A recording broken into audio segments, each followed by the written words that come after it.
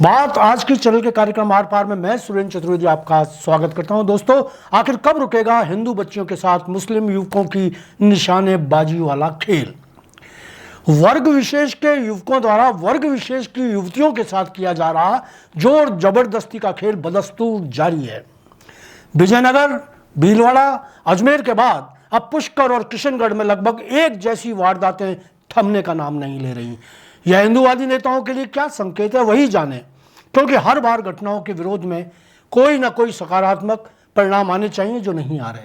विजयनगर में जिस तरह क्रमबद्ध बलात्कार हुए और परत दर परत खुली, मगर आज भी वहां हिंदूवादी संगठन संतुष्ट नहीं। आज भी वहां मामले की जांच सीबीआई को सौंपे जाने के लिए आंदोलन चल रहा है। भीलवाड़ा में भी ऐसी ही घटनाओं के बाद बंद का आयोजन हुआ और उसके बाद भी सनातनी गुस्सा बरकरार है। अजमेर में पिछले सालों में एक के बाद एक ऐसे ही कांड हुए और कुछ सियासत के हत्थे चढ़ गए। कुछ पथ भ्रमित युवतियों के बेचारे हिंदूवादी मानसिकता मन महसूस कर रह गई। अब फिर घटनाक्रम उसी अंदाज और उसी रफ्तार से सामने आ रहे हैं। पुष्कर में 8वीं कक्षा में पढ़ने वाली 14 वर्षीय छात्रा का अपहरण कर उसके साथ दुष्कर्म करने का मामला दर्ज किया गया। अतिरिक्त पुलिस अधीक्षक ग्रामीण दीपक कुमार शर्मा के अनुसार पीड़िता के पिता ने रिपोर्ट देकर सूचित किया था कि उसकी नाबालिग पुत्री 16 मार्च को घर से निकली लेकिन घर नहीं लौटी।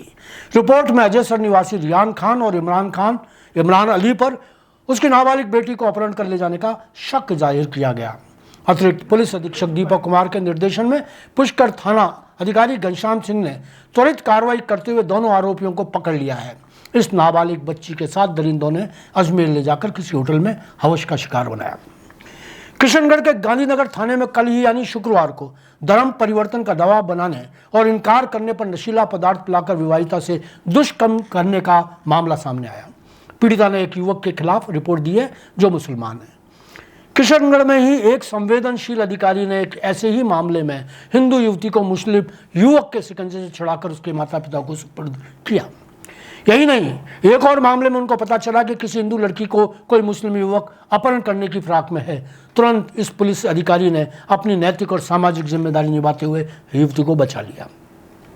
अब इसे आप क्या कहेंगे? विजयनगर के सिलसिलेवार हुए बलात्कारों के बाद जब विभिन्न शहरों को बंद करवाया जा रहा था, तब मैंने अपने ब्लॉग में इन बंदों का तो समर्थन किया, मगर सामाजिक नेतागिरी चमकाने वाले हिंदूवादी नेताओं पर भी सवाल खड़े किए थे। तब भी मैंने अपने ब्लॉग में हिंदुओं को अपने पारिवारिक संस्कारों, संस्कृति, परिवेश और परवरिश पर निगरानी रखने की सलाह दी थी। तब भी मैंने कहकर कई हिंदू नेताओं के जायके खराब किए थे जो बंद कराने के लिए महज इसलिए आमादा थे कि उनको अपनी नेतागिरी चमकाने का लंबे अरसे से कोई मौका ही नहीं मिल रहा था। यहां आपको बता दूं कि मुस्लिम समाज के कुछ पथ भ्रमित युवक न जाने किसके हाथों की कठपुतली बनकर सोची समझी चाल के मुताबिक हिंदू बच्चियों को निशाना बना रहे हैं।